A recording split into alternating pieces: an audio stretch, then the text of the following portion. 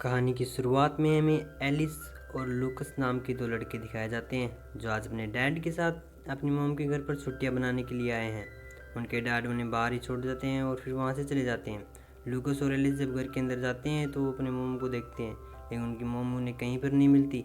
वो देखते हैं जो घर का सारा सामान है वो तहस नहस हो रखा है। घर की हालत पूरी ख़राब हो रखी है, पूरे घर में अंधेरा है। तभी जो उनकी मोम है वो बेडरूम से बाहर आती है और उनको देखकर सभी बच्चे शॉक हो जाते हैं। उनकी मॉम कहती है कि मेरी प्लास्टिक सर्जरी हुई है जिससे मैं अपना चेहरा आपको नहीं दिखा सकती, जिससे उनके बच्चों का जो उनसे मिलने का एक्साइटमेंट था वो ख़राब सा हो जाता है। फिर उनकी मॉम एलिस को एक गिफ्ट देती है जिसे देखकर एलिस खुश हो जाता है।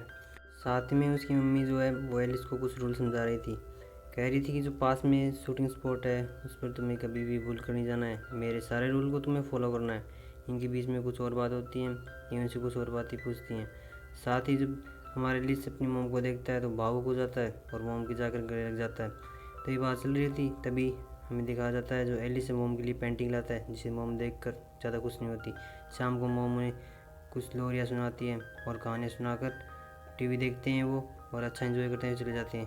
तभी जो हमारा लूकस है वो कहता है कि मोम ने हमें वो कहानी नहीं सुनाई जो मैं हमेशा सुनाया करती थी। तभी जो एलिस है वो कहता है मोम आज भूल गई होंगी, लेकिन उनकी जो मोम थी ये सारी की सारी बातें बाहर खड़ी सुन रही थी। फिर अगले ही दिन हमें दिखाया जाता है जो हमारे एलिस और लूकस है वो खेलते खेलते उसी शूटिंग स्पॉट के पास चले जाते हैं और उसके अंदर भी चले जाते हैं जो कि उनकी मोम ने उन्हें मना किया था।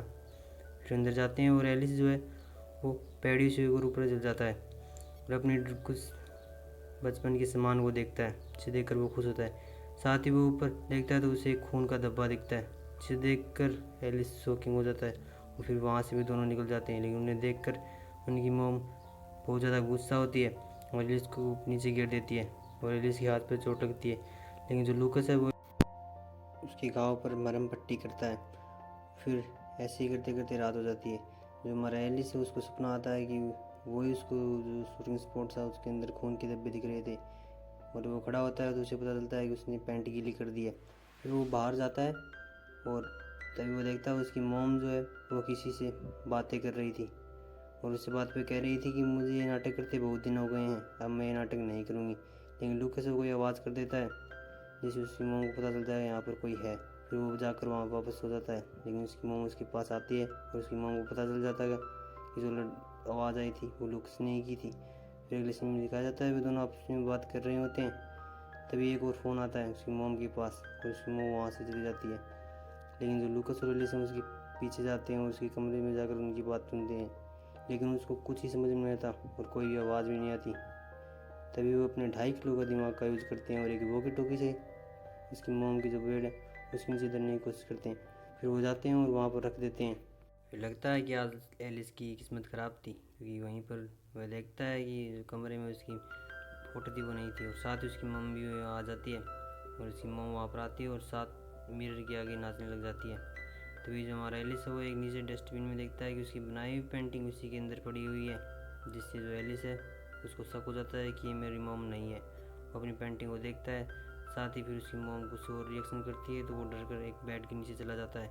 वो देखता है उसकी मॉम जो है सिगरेट पी रही है और वो अपनी मॉम का चेहरा देखने की कोशिश करता है, लेकिन जिस तरीके से एलिस को नहीं दिखाया जाता वैसे ही हमें भी नहीं दिखाया जाता उसका मॉम का चेहरा। फिर उसकी मॉम कमरे में ठहरी रही थी, तभी उसकी मॉम के पैरों के आगे लूकिस की बनाई हुई पेंटिंग आ जाती है। फिर हम देखते हैं कि उसकी मॉम उसे उठाकर एकदम गुस्से से देखती है और फिर उसे फाड़ कर डस्टबिन में वापस लगा देती है। यह बात एलिस लूकस को बताता है और कहता है कि मॉम ने मेरी बनाई हुई पेंटिंग फाड़ दी।